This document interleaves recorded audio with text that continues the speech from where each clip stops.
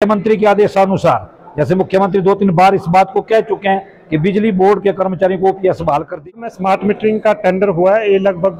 3000 करोड़ का टेंडर है। Government of India से जो बजट सपोर्ट है वो मात्र 400 करोड़ की है और 2600 करोड़ आपको बिजली बोर्ड या प्रदेश के कंज्यूमर या प्रदेश सरकार को बेयर करना पड़ेगा। हम इसकी औसतन लगाए लगभग 125-130 रुपए पर कंज्यूमर पर मंथ इसका नीचे लोड हो, टैरिफ के थ्रू लोडिंग होगी, तो जो बहुत ज्यादा है। आप देख रहे हैं नेक्स्ट 2 न्यूज हिमाचल। हम कहना चाहेंगे, मैं general secretary HPC employ union Hiralal Verma. जो बिजली बोर्ड में स्मार्ट मीटरिंग का टेंडर हुआ है, ये लगभग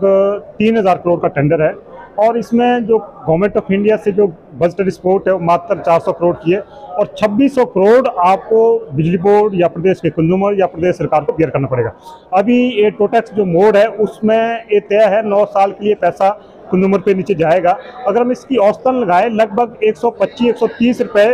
पर कंज्यूमर पर मंथ इसका नीचे लोड हो, टैरिफ के थ्रू लोडिंग होगी, तो जो बहुत ज़्यादा है। हमारा इस पे कहने का यही तात्पर्य है कि प्रदेश में अगर आपको कोई स्मार्ट मीटरिंग की जरूरत है, जहां आपको लगा लॉसेज ज़्यादा है या इंडस्ट्रियल एरिया है जहां आपको स्मार्ट मीटरिंग की जरूरत है, वहाँ स्मार्ट मीटरिंग की स्तंभ भी नहीं है, टेक्नोलॉजी की स्तंभ भी नहीं है। लेकिन जहाँ आज आपने 26 लाख के पूरे केलोंग से लेकर के काजा से लेकर के डोडरा कुआर से लेकर के आपने स्मार्ट मीटरिंग के टेंडर कर दिए, 26 लाख के टेंडर कर दिए, तो उस स्थिति में ना तो बिजली बोर्ड है, जो वित्तीय स्थिति अभी प्रदेश अध्यक्ष ने आपके सामने बताई, और ना ही ये प्रदेश की जरूरत है। इससे जो प्रदेश के भोक्ता है उनके ऊपर इसका अनावश्यक खर्चा पड़ेगा। मैं इसके साथ ये भी कहना चाहूँगा, स्मार्ट मीटरिंग के क्योंकि उस प्रक्रिया के कारण आज जो दूसरे इलेक्ट्रॉनिक मीटर है फील्डों में वो भी आज उपलब्ध नहीं है, क्योंकि इस करके उसकी परचेज पे रोक लगाई गई है। आज लगभग लाखों हम कह सकते हैं लाखों कंज्यूमर के डेड स्टॉक मीटर पड़े हैं, जिससे बिजली बोर्ड को रेवेन्यू का बहुत बड़ा नुकसान हो रहा है। तो इस पे हमारा यही कहना है, प्रदेश के माननीय मुख्यमंत्री ने कई मरतबा इस बारे में बात की है, उन्होंने खुद कहा है कि बिजली बोर्ड इसमें फेज मैनर में जाएगा। तो इस पर हम कहना चाहेंगे शीघ्र फैसला ले और प्रदेश के लिए जहां जहां आपकी इलेक्ट्रॉनिक मीटर की जरूरत है, नीचे जहां डेड स्टॉक मीटर है या नए कनेक्शन है, उनके लिए नए मीटर परचेज किए जाए ताकि उनके कनेक्शन या दूसरी चीजें जो बहाल की जा सके। हम कहना चाहेंगे, मैं general secretary HPC employ union Hiralal Verma. जो बिजली बोर्ड में स्मार्ट मीटरिंग का टेंडर हुआ है, ये लगभग 3000 करोड़ का टेंडर है और इसमें जो गवर्नमेंट ऑफ इंडिया से जो बजट सपोर्ट है वो मात्र 400 करोड़ की है और 2600 करोड़ आपको बिजली बोर्ड या प्रदेश के कंज्यूमर या प्रदेश सरकार को बेयर करना पड़ेगा। अभी ये टोटैक्स जो मोड है उसमें ये तय है 9 साल के लिए पैसा कंज्यूमर पे नीचे जाएगा। अगर हम इसकी औसतन लगाए लगभग 125-130 रुपए पर कंज्यूमर पर मंथ इसका नीचे लोड हो, टैरिफ के थ्रू लोडिंग होगी, तो जो बहुत ज़्यादा है। हमारा इस पे कहने का यही तात्पर्य है कि प्रदेश में अगर आपको कोई स्मार्ट मीटरिंग की जरूरत है, जहां आपको लगा लॉसेज ज़्यादा है या इंडस्ट्रियल एरिया है जहां आपको स्मार्ट मीटरिंग की जरूरत है, वहाँ स्मार्ट मीटरिंग की स्तंभ भी नहीं है, टेक्नोलॉजी की स्तंभ भी नहीं है। लेकिन जहां आज आपने 26 लाख के पूरे केलोंग से लेकर के काजा से लेकर के डोडरा कुआर से लेकर के आपने स्मार्ट मीटरिंग के टेंडर कर दिए, 26 लाख के टेंडर कर दिए, तो उस स्थिति में ना तो बिजली बोर्ड है, जो वित्तीय स्थिति अभी प्रदेश अध्यक्ष ने आपके सामने बताई, और ना ही ये प्रदेश की जरूरत है। इससे जो प्रदेश के भोक्ता है उनके ऊपर इसका अनावश्यक खर्चा पड़ेगा। मैं इसके साथ ये भी कहना चाहूँगा, स्मार्ट मीटरिंग के क्योंकि उस प्रक्रिया के कारण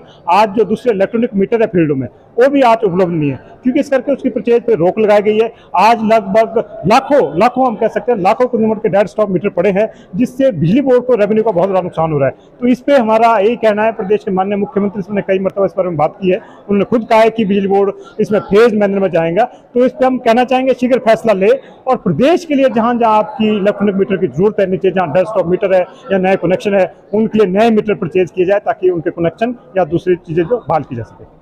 मैं कामेश्वर दत्त शर्मा, प्रधान एचपीसी एम्प्लॉयज़ यूनियन।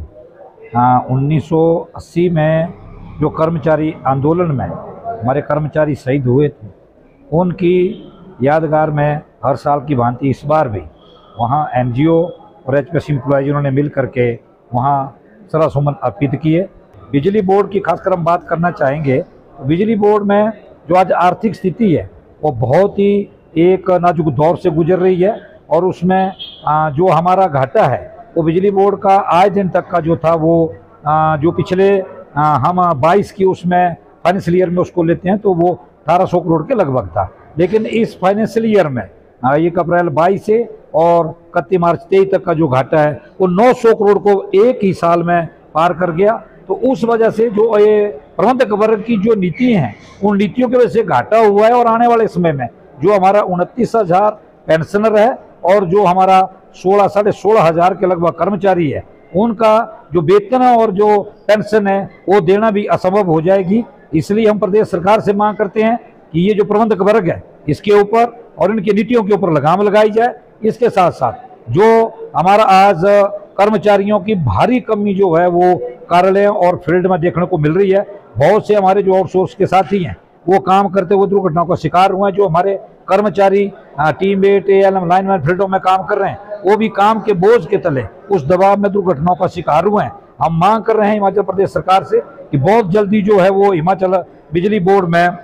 नई भर्तियां जो है वो शुरू की जाए। उसके साथ साथ हम मांग करना चाहते हैं मुख्यमंत्री के आदेशानुसार, जैसे मुख्यमंत्री 2-3 बार इस बात को कह चुके हैं कि बिजली बोर्ड के कर्मचारियों को OPS बहाल कर दी जाए, लेकिन हमारा जो प्रशासन वर्ग है, जो गवर्नमेंट में हमारे जो वित्त सचिव जी हैं, उनके पास वो फाइल पिछले 1.5 महीने से जो है वो पड़ी है, लेकिन उसके ऊपर कोई कार्यवाही नहीं हो रही है। यूनियन मुख्यमंत्री के आदेशानुसार 30 अक्टूबर को जो हमारा प्रस्तावित अधिवेशन है उसमें मुख्यमंत्री महोदय ने वहाँ आना है और उनको सम्मानित करना है, लेकिन उससे पहले हम मांग करना चाहेंगे प्रशासन वर्ग से कि वो उस OPS की जो फाइल वहाँ पड़ी है उसके जो आदेश हैं वो अतिशीघ्र जो है वो जारी कर दिया जाए, ताकि कर्मचारी उत्साह के साथ जो है उस अपने अधिवेशन को मना सकें। इसके साथ साथ हम एक बात और यहाँ क्या जानना चाहते हैं कि जो आज नीतियाँ पावर सेक्टर में प्रबंधक वर्ग द्वारा बनाई जा रही है, जो MD है हमारे, वो MD हमारे आज 2-3 जो हमारी कारपोरेशन है उनका कार्यभार उनके पास है, तो हमारा उस वजह से भी ये पावर सेक्टर में जो है वो इस तरह का प्रभाव पड़ा है जो आज घाटे का कारण है। तो हम मांग करते हैं सरकार से कि कोई स्थायी MD जो है वो इस पावर सेक्टर में अतिशीघ्र लगाया जाए, ताकि इसके कार्य प्रणाली में सुधार हो सके। और कर्मचारियों के जो पेंडिंग क्लेम है, हम एक बात और यहाँ क्या देना चाहें, 600 करोड़ के लगभग जो हमारा रिटायरमेंट बेनिफिट की ग्रेच्युटी लीव एनकैशमेंट, जो लोगों के टीए बिल, मेडिकल, जो कर्मचारियों के जो है वो आज कुमार हाउस में जो है F&A विंग में है, क्योंकि फाइनेंशियली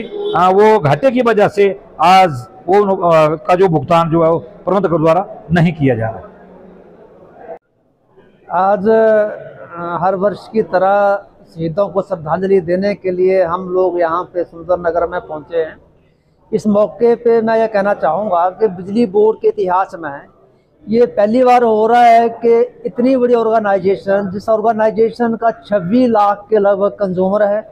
50 लाख एम्प्लॉयज़ और पेंशनर्स का लाइबिलिटी है, इतनी बड़ी ऑर्गेनाइजेशन को एक एडिशनल चार्ज देके कार्यवाहक MD के हवाले किया जा रहा है। और वो कार्यवाहक MD बिजली बोर्ड में बहुत कम समय दे पाते हैं, और आते हैं तो रात को आते हैं, 6 बजे के बाद आएंगे।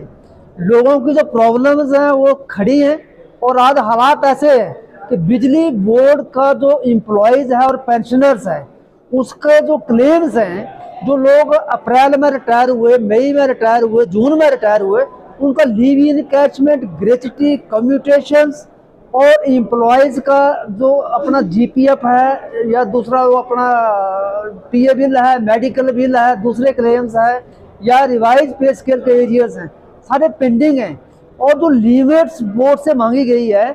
मेरी जानकारी के मुताबिक 200 करोड़ से ज़्यादा की लिमिट पेंडिंग चल रही है, और 200 करोड़ एम्प्लॉयज़ का है जो पेंडिंग चल रहा है। और जो वर्क्स करवाए गए हैं, कॉन्ट्रैक्टर से जो करवाए गए हैं, उनकी भी लिमिटेड रिलीज नहीं हो पा रही हैं। और आज ये कहा जा रहा है पिछले 1 महीने से कि लोन लिया जा रहा है इन क्लेम्स को अदा करने के लिए। इतनी इंपॉर्टेंट ऑर्गेनाइजेशन जो किसी टाइम में हिमाचल सरकार को फाइनेंस करती थी, जब हिमाचल सरकार को जरूरत पड़ती थी, आज उस ऑर्गेनाइजेशन का इतना दिवालिया निकाल दिया कि उसको अपने एम्प्लॉयज़ के छोटे छोटे क्लेम देने के लिए लोन लेने पड़ रहे हैं। हिमाचल सरकार के माननीय मुख्यमंत्री महोदय से हमें कहना चाहेंगे कि हरिकेश मीणा जी HPPCL के MD हैं, और उनको वहाँ वापस भेजा जाए और अतिशीघ्र भेज दिया जाए।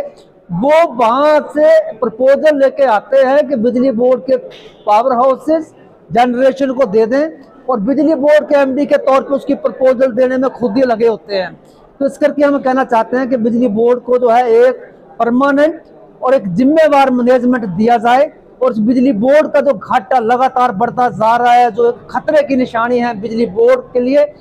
उस बिजली बोर्ड के अंदर एक जिम्मेदार प्रबंधक वर्ग बैठाया जाए, ताकि कर्मचारियों के मसलों का समाधान हो। और पुरानी पेंशन की बहाली की दिशा में हिमाचल सरकार से निवेदन करेंगे कि मुख्यमंत्री मोदी कमिटमेंट है, इसको अतिशीघ्र लागू किया जाए। बिजली बोर्ड का कर्मचारी बेसब्री के साथ इसका इंतजार कर रहा है।